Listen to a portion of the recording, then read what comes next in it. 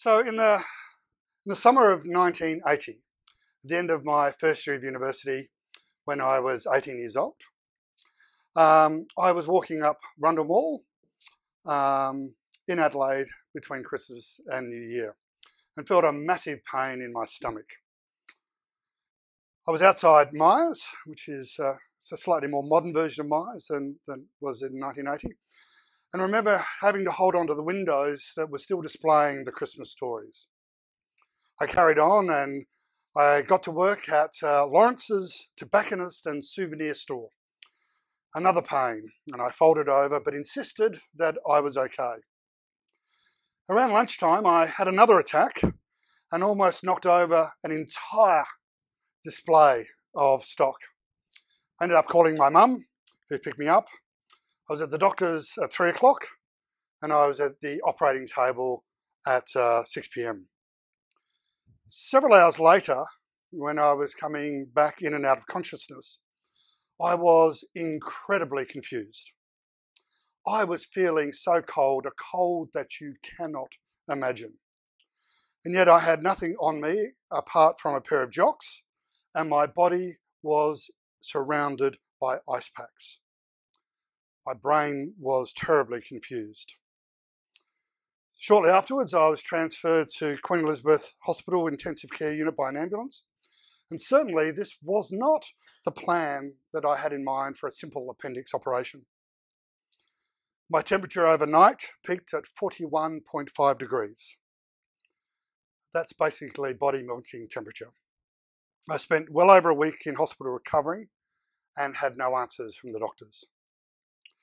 At my follow-up appointment with my surgeon some 6 weeks later, fortunately the scar had healed very well. And then he went on to say, well, we really don't know what happened, but the most likely cause is a rare condition called malignant hypopraxia of anaesthesia, and so he went on and on droning in my head. My dad and I didn't hear anything beyond the word malignant. I think he realised the shock on our face that we weren't hearing, and so he stopped. No, it's not cancer. Malignant simply means permanent. And he started again, trying to explain that I might possibly have this really rare condition, being allergic to some anaesthetics. There are only 3 places in the world that you can be tested. Unfortunately, one was in Canberra. So at the end of the first third of the following year at university, I hopped on a plane and went to Canberra for an operation. This did my head in yet once again, because I'd been told that if I had this condition, I was the first person to survive. Normally, the first person is identified in the family with this because they die. And I was going to have to go to Canberra and have another operation. I was the sickest I'd ever been after surgery, and I'd had many surgeries in my young 18 years. So I suspect it was due to having the safest of safest anaesthetics. So yes, I have a genetic disorder that's a dominant gene. So 3 out of 5 kids, if I were to have that many, would have this particular gene. Fair enough to say that my academic year was quite disrupted. I was on crutches for 4 to 6 weeks when returning from Canberra. And if anybody knows Flinders University in the foothills of Adelaide, being on crutches in the foothills is somewhat of a challenge. I didn't realise the mental health impact this had on me, and it really wasn't addressed at all at that time. I passed most of my subjects, but received compensatory passes in 2 core subjects, which meant I needed to do those again, leading to another year at university. Fortunately, in those days, university was free. So I decided to undertake study just to fill up my day, and ended up taking a whole lot of computer science subjects. I ended up completely confusing the university because I was completing a Bachelor of Economics, but the School of Mathematics was really concerned, given I'd spent so much time with them, because it seemed I was 1 subject short of a BA in computer science. This then led me to a career that I'd never heard of, IT audit. I joined TAA, Australian Airlines in Melbourne in 1984. My first professional experience was with the head of department who was a UK chartered accountant, and he taught me very much about the concept of a vocation. In my second year, after completing a financial audit of the Western Australian Accounts Receivable Ledger, remembering this is before Visa and MasterCard were in the country, so these were huge ledgers, I received a call from the head of internal audit to have a conversation. One of the critical tests I did was looking at all statements to clients that had a TAA office address. There was some on my listing, I'd reported them to the credit controller and included them in my report. I was rather nervous. I wasn't suspended, but I was sent home for a few days. After a couple of nervous days, I came back to the office and met again with my leadership team to be told that my findings and recommendations were appropriate and the work papers were full, complete and appropriately cross-referenced, something I hated doing. So now my skills will be required to assist in the resulting investigation. To cut a very long story short, the sales rep felt the airline was not looking after some of the clients well enough. He found a mate had a dormant account and he took control of it and used the dormant account to wash funds through. So say, selling a $6,000 business class ticket for $5,000. There was enough money coming in to keep the credit controller at bay, even though the balances were increasing. Then came along this junior internal auditor. I identified these accounts, then the credit controller started looking at these accounts, and there was this massive arm wrestle between credit control and sales rep who was going to negotiate the repayment of the outstanding $500,000. The sales rep was struggling to keep credit control at bay, so he needed a solution. When you're facing being found out about a major fraud, fight and flight comes into play and irrational thoughts happen. So a solution was found. If the client, his mate, died, the airline would write off the debt.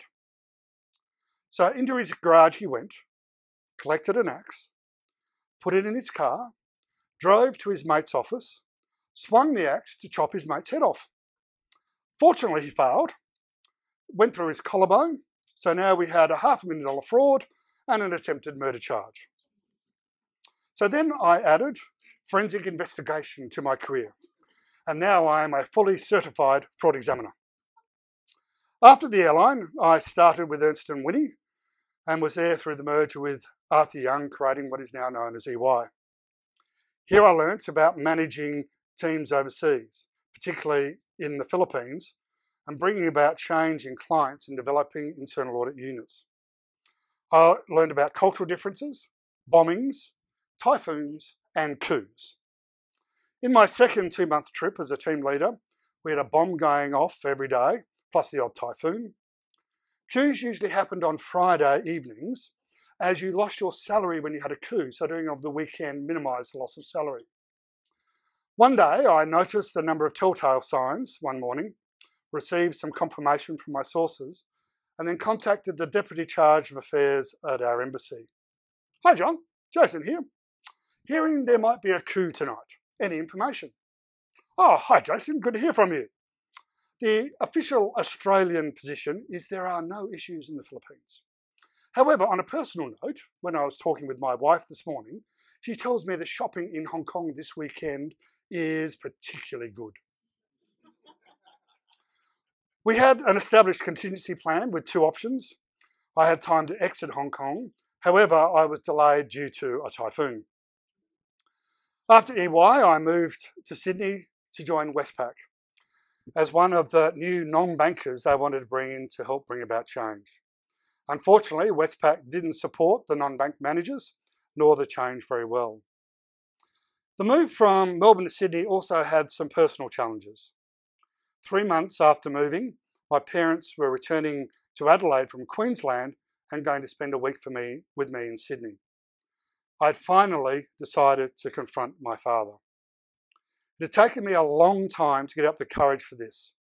In the back of my mind, one of the reasons for the move to Sydney was Melbourne was too close to Adelaide. They were due on Saturday. I returned home from a dinner on Thursday night to a message on my answering machine to urgently call where they were staying. But my dad had already died by the time I called. I then had an amazing journey as a startup executive at National Rail. I was the head of internal audit. The function was outsourced. I was involved in one of the early major IT outsourcing deals, and we did the largest locomotive purchase in Australia's history. I knew it was going to be different when on the first day after finding my office, the GM HR who interviewed me came in to say hi. And what are you doing next Monday, Jason? Well, it seemed my diary was relatively free. What did you have in mind, Barry? Well, we've got a meeting with the Secretary of the ACTU and other union leaders, and I need you to do a presentation on internal control structures in a team-based structure authority model. We made so much up as we were going along. Change was dramatic and dynamic in that organisation. I could talk about baseball bats, but perhaps not. In Sydney, as in Melbourne, I was doing a lot of youth work. I'm saying nothing, Aidan. I was doing a lot of youth work. And I was on the board of the National Christian Youth Convention in Canberra for 2,500 people. It was a very hard and challenging week-long conference with a couple of controversies. Afterwards, I was exhausted, and my minister and chair of elders noticed I needed a break and gave me leave of absence from my roles for a while. But rather than getting better, I was getting worse and worse. Eventually, a friend of mine suggested I needed to see a therapist. Oops. Thank you. I might just look at you, Hugh.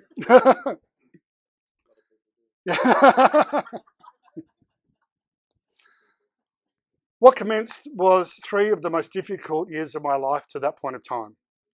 I was having to confront the abuse that I suffered as a child and young adult. My biggest challenge was working through the fact that my abuse was emotional. I could understand sexual abuse. I could understand physical abuse. But emotional abuse in my mind was simply a sign of weakness. One of my therapists, who'd been working in practice for over 30 years, kept telling me mine was the worst case of emotional abuse he'd ever dealt with. Some of my poetry, which I've unfortunately lost, had him cry, but none of this was cutting through for me. During these 3 years, a couple of times the issues of my sexual exploration in my early teens and late 20s came up, but I managed to convince them it really wasn't an issue. Through these 3 years, I needed 3 therapists and a program, which finally broke the blockage for me on emotional abuse. A small but critically important group of friends provided support, and finally I started to level out. During this time of my journey, I had several suicidal episodes, but I never talked about them with my therapist. Being suicidal, I thought, was a sign of weakness, not being acceptable. But fortunately, every time I worked out the way to achieve it and to do it in such a way that it didn't look like suicide, something intervened and I didn't follow through. The other mistake I made was to not use the company's employee assistance program to help me with the related consequences at my work through these major issues. After finishing my therapy, there was a group at church that I'd been hanging around with for years, and I thought one of the women had an interest in me, so I pursued her. On our wedding night, when I was dancing with my mum, she commented at how proud my dad would have been of the wedding. I recall how that comment jarred on me, and my son was born later that year. After we married, I decided to get an ear pierced. Really for when I was not at work. It was an internal, I'm off the clock internal message. And I thought it was strange that the person who was doing the piercing started setting up for my right ear, the gay ear. But I corrected her very quickly to put it in the left.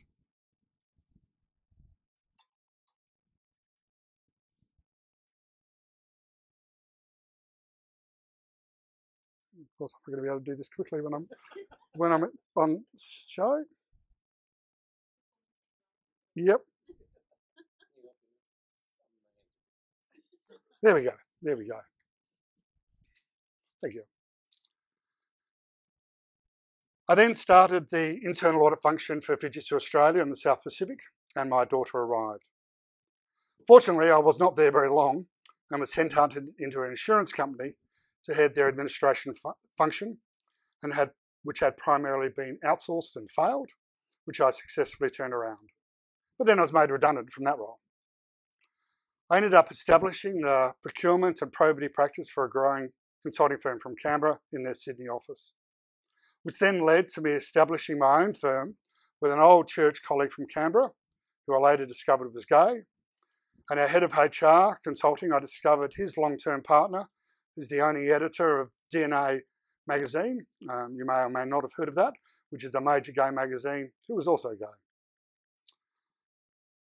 In one of my second episodes of mental health issues, we simply saw this as being overworked, and we avoided everything else.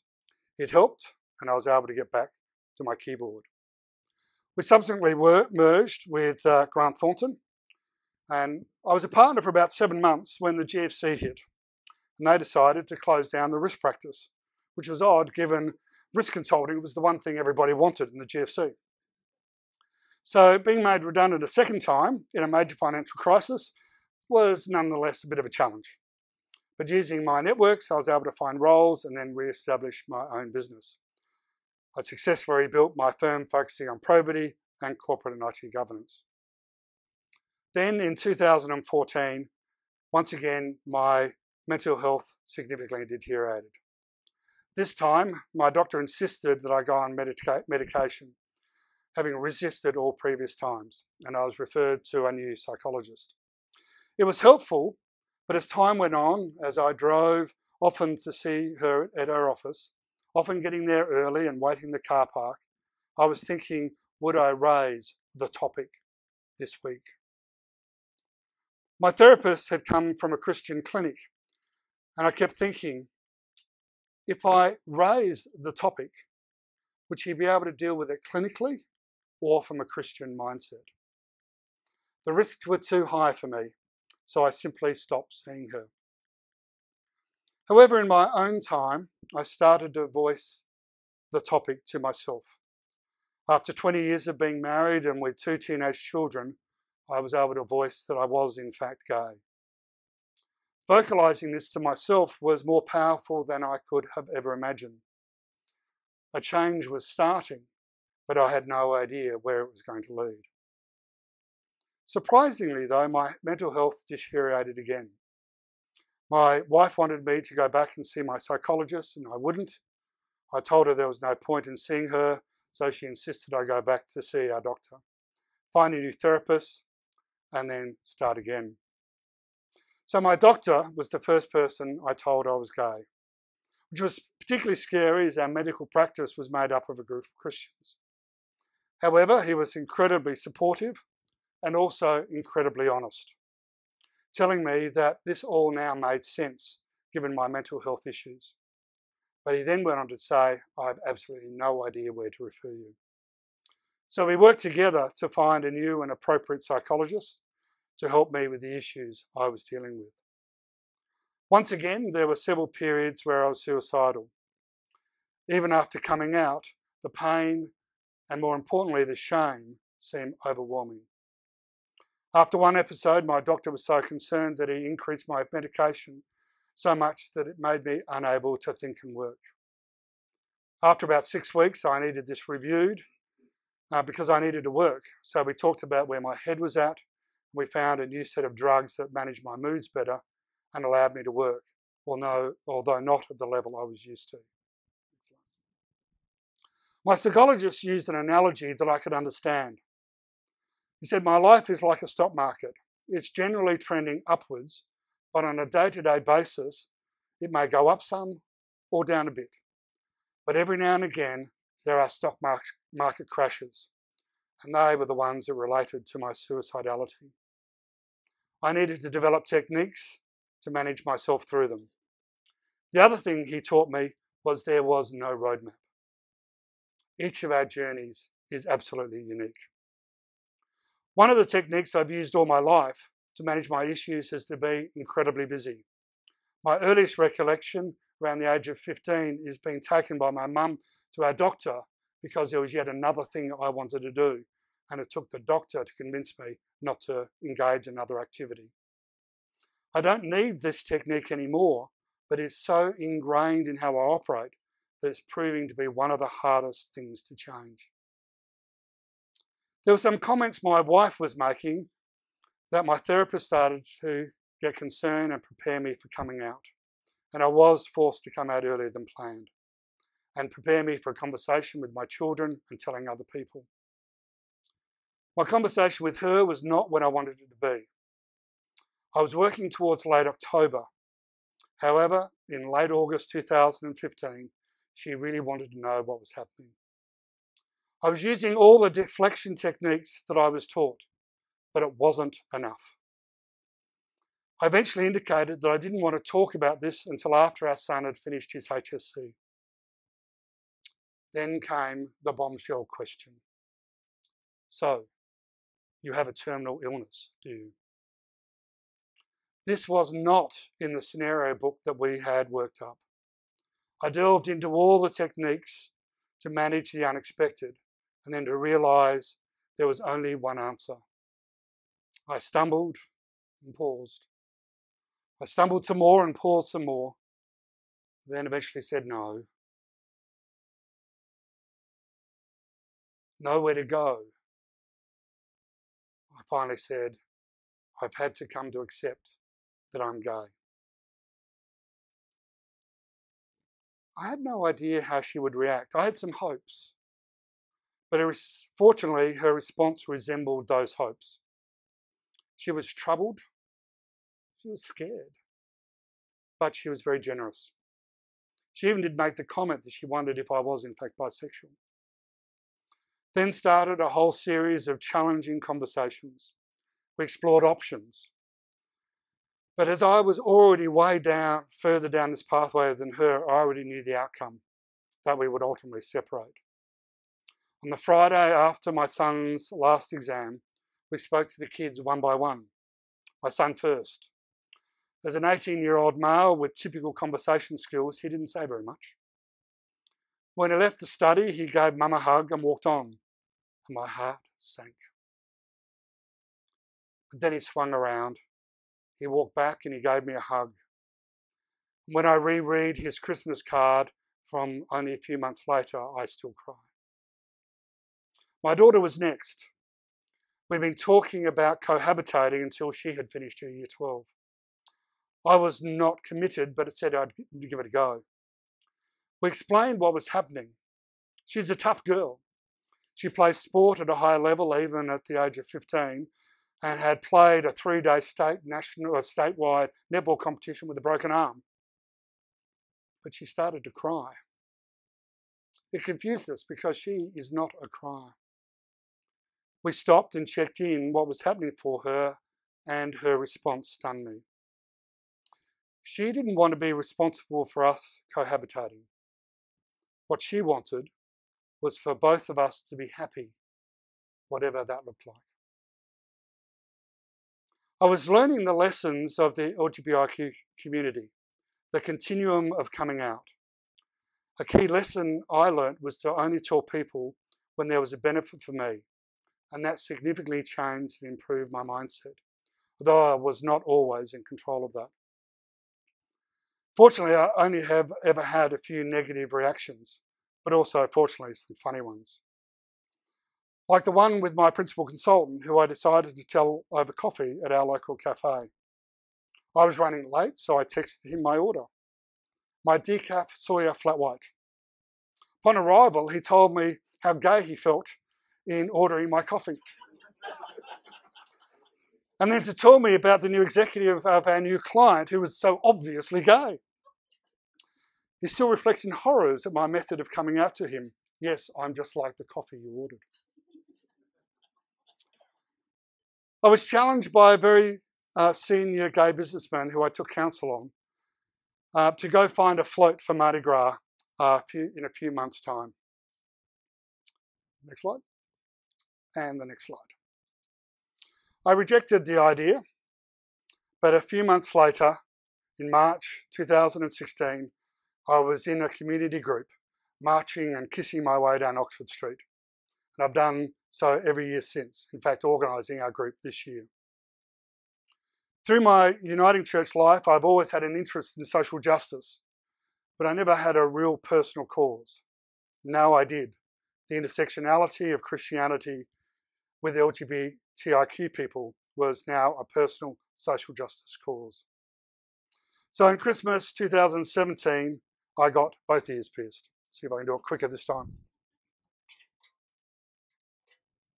And this is the harder ear. Good so far.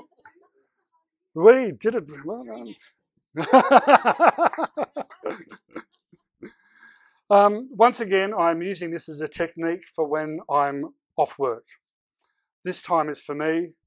It's not a statement, nor is it for anyone else.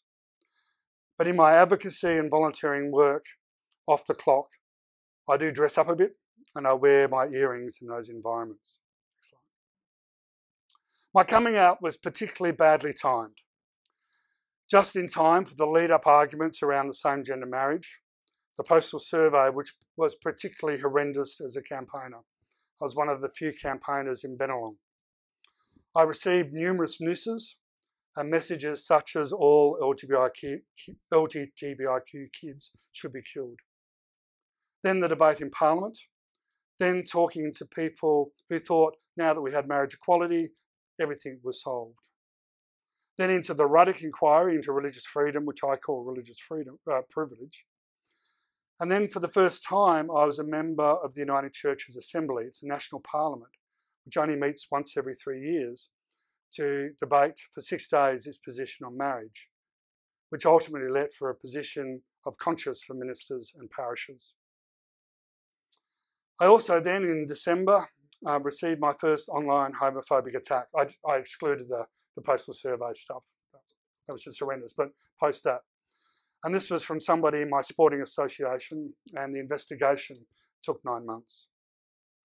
I was very reluctant to complain, but when I realised how hard it was for me to complain, I then realised how much harder it would be for a 15, an 18 or a 21-year-old. So I felt I needed to. For me, all of these were devastating processes, and I was significantly personally underprepared. It was the intensity, the sheer volume of events in such a compressed timeline that he even had the most hardened 30-year LGBTIQ campaigner struggling. Just as people suffered through the institution child sexual abuse and are reliving that through the Royal Commission and now criminal charges, we talk of repetitive mental health re-trauma. In August last year, I went to Stanford University to attend the 3rd LGBTIQ Executive Leadership Program, with just over 50 of the most amazing LGBTIQ leaders from around the world. 1/3 came from outside the US. It was here that I learnt the courage of and the courage for change.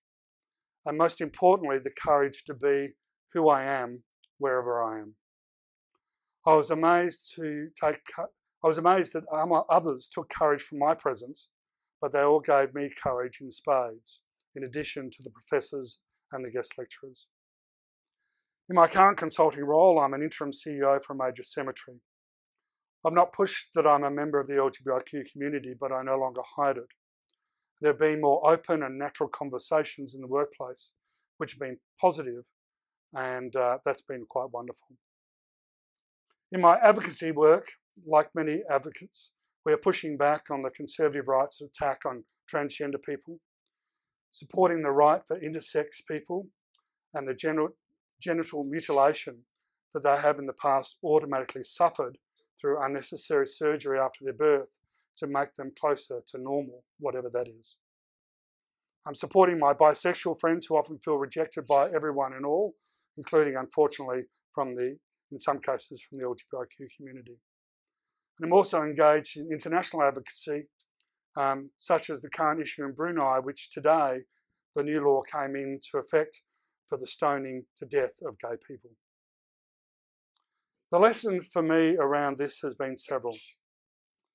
That I needed courage to go out. As I've done, and I've met my local MP, to talk about that my electorate in Ryde in the inner northwest has had for the last 10 years the third highest rate of new HIV transmissions, but he's never been told that. Change is often brought about by effective political lobbying, but also by getting to know people, to know that the others are just as valid human beings as they are. Other aspects is to be prepared for my own personal safety, not only in a physical sense, but also mentally and emotionally. I suspect that I'm one of the first out LGBTIQ people to attend the Uniting Churches National Conference for our Chinese communities, because in my parish, where I'm a leader, we're investing heavily in growing a new Chinese community in our church. The broader Chinese community has been very active against safe schools, marriage equality, so I knew it was going to be difficult. My own electorate of Bennelong, with a significant Asian population, just voted no in the postal survey. But I got through the conference, even though I was verbally attacked, in love of course, due to having my safety plan that I was able to execute and good debriefing soon afterwards. But more importantly, the relationships I wanted to build have been built. Whilst I was on my writing retreat in Bangkok, I had my jacket made.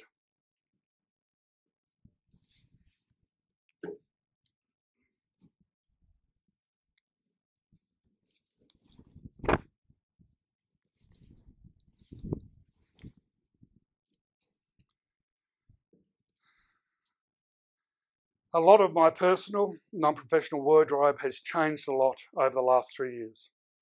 And it perhaps actually reflects what my mother allowed me to wear when I was much younger. I was probably the only teenager in the 1970s that had his own personal suit. However, I think my green flared corduroy trousers were far more common back then.